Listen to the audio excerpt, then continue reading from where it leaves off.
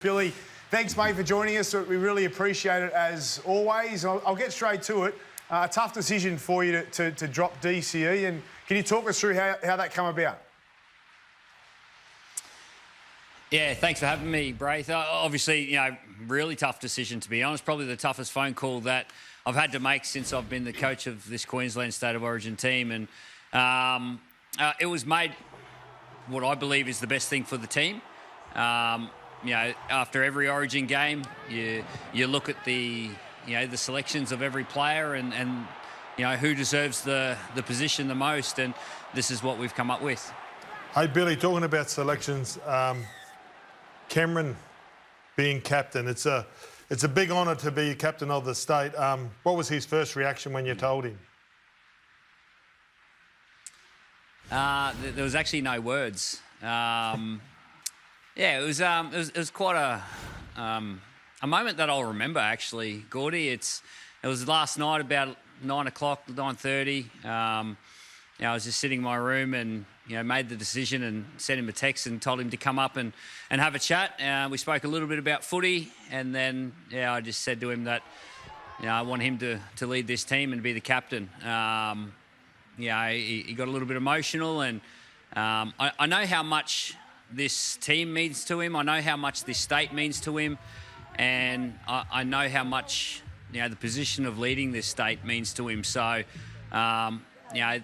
the thing about great leaders, Gordy, and you were one of them, is they get their job done. They're consistent in their position, and they make sure that number on their back is taken care of before anything else. Billy, Paul Crawley here. I say this respectfully, mate, but Origin creates a lot of debate and a lot of, interstate rivalry, and the talk down here today is around the Queensland pick and stick mentality and how you threw that out the door with Daly. Do you look back on the decision? Do you regret not picking Tom first up for game one?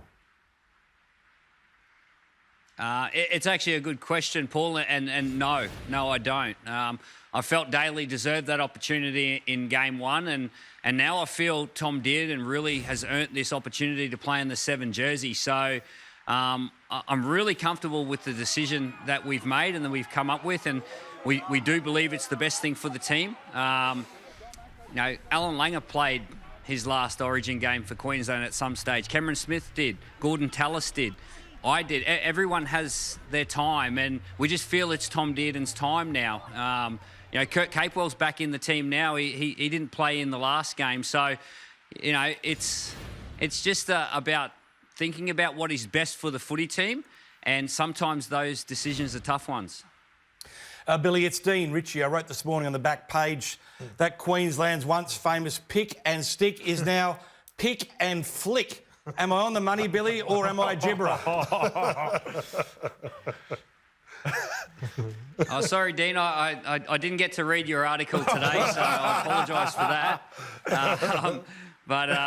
Look, at the end of the day, the one thing I do understand is that everyone has their opinion, and I do sit in your chairs for most of the year, and it's very easy sitting in those chairs, so a lot harder when you have to make the decision that matters.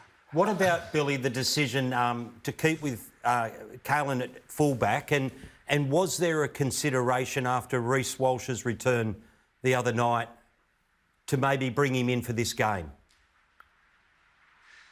Yeah, there was no one more proud to see Reece Walsh get back on the field and play the way he did on the weekend, Paul, than me. So, I love Reece. I love him as a person. I have a lot of time for him because he has a lot of time for his game and he wants to be the best he possibly can.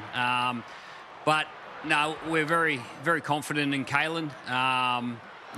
We thought he did some great things in game one. We didn't get a whole heap right in game one as a team, and that's really important for us to go after that for game two. There's been a fair bit of honesty around the first 30 hours of camp in this game too. So, we want to get those things right so we can unlock some of what Kalen brings to the team and some of the other strengths of the players. Billy, talking about unlocking someone, Harry Grant, he was a little bit disappointing in game one. Was there any temptation to start him from the bench? Because we have a fair bit of success when he does. Yeah, look, there's always consideration of everything, Gordy, and there's a lot of conversations that happen throughout the week after an Origin. But Harry's a quality player, and to be fair, I think Harry would be the first one to put his hand up and say that he was below his own standard in game one. So, certainly have great faith in what Harry brings to a footy team, and he'll be wearing the 9 jersey, that's for sure. Billy, I ask this respectfully, given what you've achieved in the game, but 3 straight losses. Are you personally feeling any additional pressure? I always fear when you say, I ask this respectfully, and I've got great respect to start your question. It's a really good question. And, you know, what's the opposite to pressure? The opposite to pressure to me is comfort. And when you're in your comfort zone, there's no growth, you know. So, you know, I feel pressure is a privilege. I felt pressure when I first took this role on.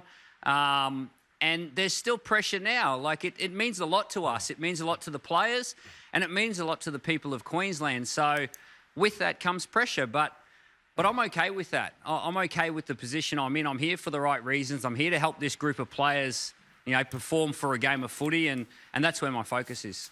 I love your mindset. I love your attitude, Billy. It's always a pleasure having you on the show. Good luck for game 2. Pleasure. Have a good night, guys. There he is, the great Billy Slater. He does have a big challenge for game 2, but if anyone can do it, it's him and the Queensland. That's a great question, Dog, though, because I feel the pressure too. Like, it's sort of strange. You know what I mean? Like I'm not, because it's out of your control. I think as a player, like, you probably get nervous and it's in your grasp, and you can go there, you can change the result. And Billy's making decisions and we don't know whether they're right. But I feel like we're under the pump. I feel like you guys are coming together. From beast too, Gordy. You only lose 2 or 3 games in Origin. It's not an NRL coach where you got an entire season. You lose 2, 3 games. You are under the pump. Because I saw it with Freddie, right? And he's one of the coolest guys I play with. And I reckon it's the privilege that the whole state cares so much that they want to know who's in and out and what's happening and why are we losing. It's such a great. It's a great job to have, but there is a lot of pressure. I always thought, as a player and looking at my coaches over my career, the best coaches were the ones that handled loss better than they handled wins. You know, it's quite easy for players and coaches in elite sport to handle wins, you know, but it's how you respond to losses. And I think the greats like, you know, Wayne and Bellyache and those guys, they respond to losses just as well as they respond to wins. They know how to handle loss. They know how to move on the next week and reset. Because this is his biggest challenge. Billy is a winner. He's not used to losing in every aspect of his life, you know, on and off the field. So this would be a bit of a shock to him. And the heat is on. You can't deny that. I think on the flip side of that, though, Laurie Daly, coming back from his previous stint as the New South Wales coach and the courage that he has shown to want to take on this job again and get it done. Like, I think it speaks of the fiery competitor in him. People don't realise, like, we've watched Kevy Walters, we've watched Laurie, we've watched Brandy, we've watched guys that have been in Origin, they've played it, but when they walk back in after a series, it looks like sometimes they look hollow, like it's just, it's drained everything out of them. All right, DCE, let's discuss this. We've spoken about the last couple of weeks. There were rumours, Brent Reid broke it, I think, last Saturday, didn't he? That DCE looked like he was going to be dropped. Do we agree with it? Or don't we? I think he had to do it, and that's why I did ask him respectfully, would he look back on this series and wish that he would have gone with Tom Dearden first up? Because you said it the other night, Gordon, they did come into this series on the back of 2 losses. What they were doing wasn't working. I think most people, when you watched Origin 1, the first real angle that came out of that story was DCE under fire. And then Billy sat down on the Sunday Footy Show that week. He'd had 4 days to think about it, and he still didn't give a clear answer. And I thought to myself, if he was going to back his captain here, he would have come out and said it. He would have said, how dare you accuse him? He's our leader. He's our captain. We're taking him in. I think we knew at that moment he was gone. We said it on the show. Like, I asked Gordy. I said, if he loses and it's a convincing loss in game 1, will it be the last time we see him in a Maroon jersey? And it pretty much is. You know, the first word that came to mind, though, when he dropped him was panic. Why?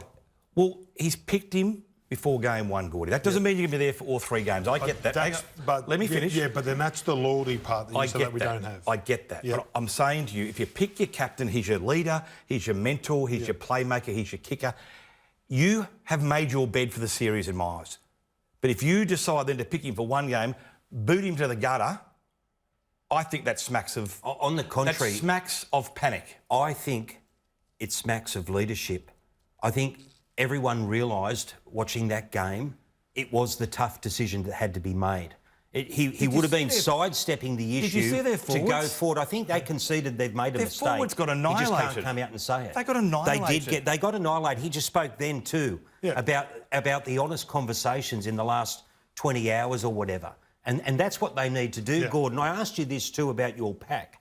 How do they turn around what had happened the other day? And I know you can't go out and put on the biff anymore, but they've got to do something different to try and rattle and upset the New South Wales team.